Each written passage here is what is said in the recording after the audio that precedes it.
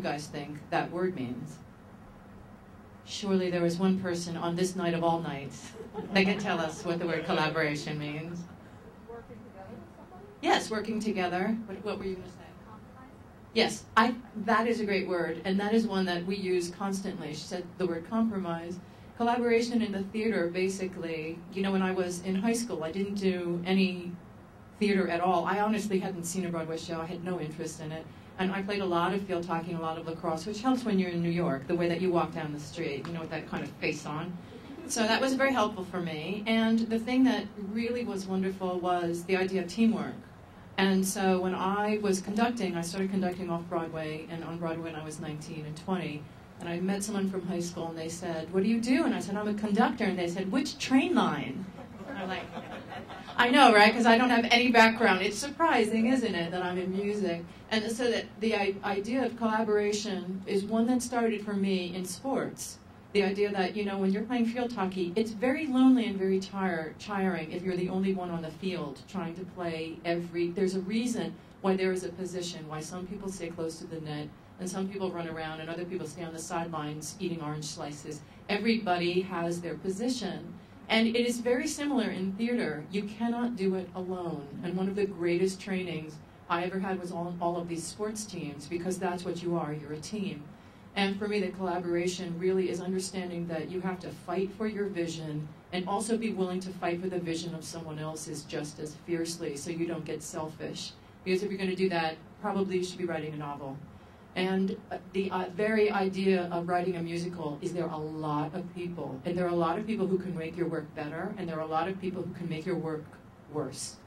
And only with your permission. And that was the amazing thing that I've learned in the 104 years I've been doing that. And I love it. I love it more each time. I learn a lot each time about how to be generous and how to be absolutely selfish and how to balance the two so that you come up with a product at the end that you wouldn't have made on your own. That, for me, is the whole kind of big deal about it. So when I work with lyricists, and I tend to work with lyricists who are also playwrights, Tony Kushner, David Lindsay-Abaire, I'm working with Lisa Crone, Brian Crawley, Dick Scanlon, and we had to understand their world coming into music and my world coming into music so that we did another, what I call, on the third rail. And it's been, you know, an incredible ride, and one that each time tends to, the rules change, which I think is the great thing. I mean, it'd be hard in field hockey if suddenly, like, the goal were on the side. So that's what's difficult about the theater. The goal is always changing. You don't know where it is, but you know that you can't get there quite alone. So that's my love of this business. I was the book writer for Title Show, and that was my first Broadway show that I had written. I performed before on Broadway in How the Grinch Stole Christmas at the St. James Theater. I don't know, did anybody see Grinch? Any Grinch? Yes. Some Grinch in the back, some Grinch here. Yeah, I performed I was a Who in Whoville. It's one of the Who's in the back. And understudied the puppy dog, too. So I performed before, but writing Title Show was my first Broadway show. I wrote the book to a show at the Fringe Festival called Silence the Musical, which was an adaptation of Silence of the Lambs. So there you go. And collaborating with Jeff on lots of crazy stuff downtown and around town. And but Title Show was kind of our big breakthrough and a big deal for us. And opened doors to a lot of new opportunities. And we're working on all kinds of things right now. Yeah, that's my life. So we write stuff and make up goofy stuff and put it on the internet too. And that's what we do. Jeff? I wrote the music and lyrics to Title Show, and the end. And I'm an actor as well, and I've worked in and around doing stuff. I also ran a marketing and web design company for about 7 years in hiatus. So I sort of jumped all over the internet, or all over the industry, as I worked as an agent for a while. And I've been on this trail as a composer lyricist for, I guess, about 6 or 7 years now. I'm enjoying it, and meeting people and getting to do things, and we'll see where it all. You know, when we first started doing Shrek, it is very tricky. First of all, a movie is in 3-act format, 1, 2, and then 3, and that's how every movie is made. You can ask why.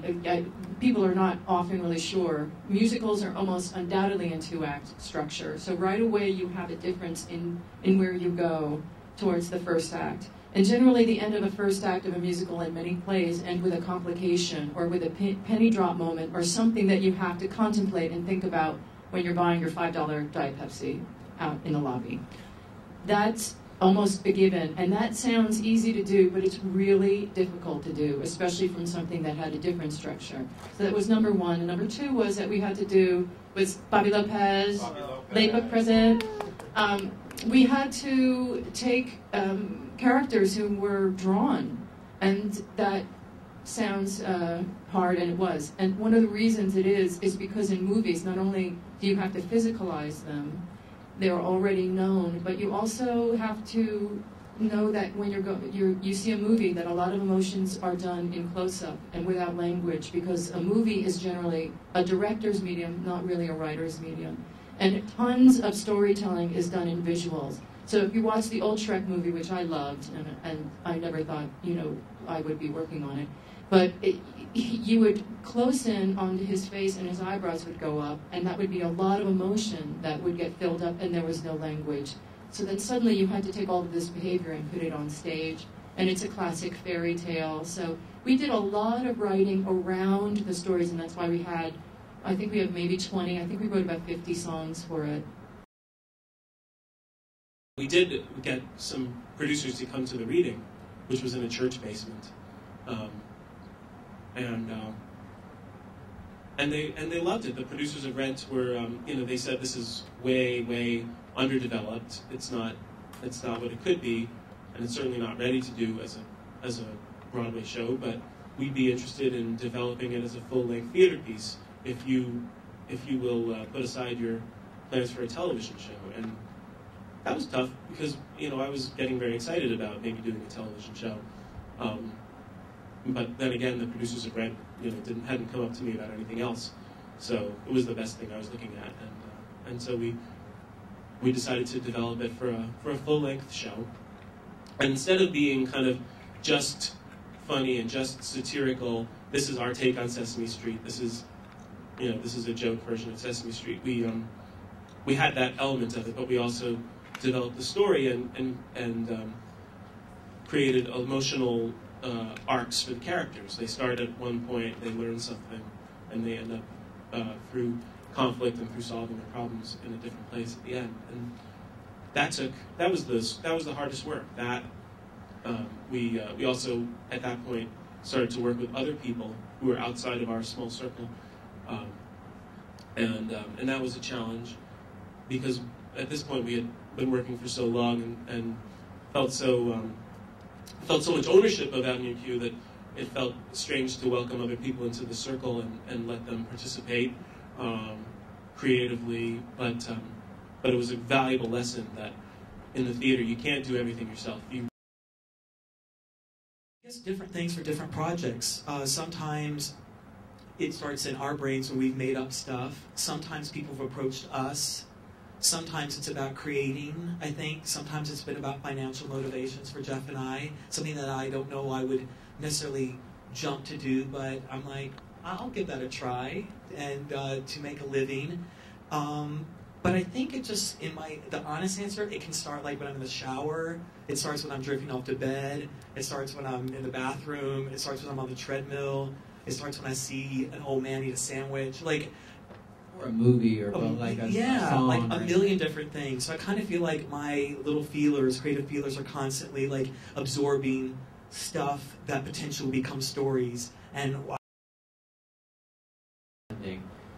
just take in the great thing about theater is the collaborative art form is absolutely remarkable. I mean, like the lighting of a show. Although just take a moment and pay attention to the colors and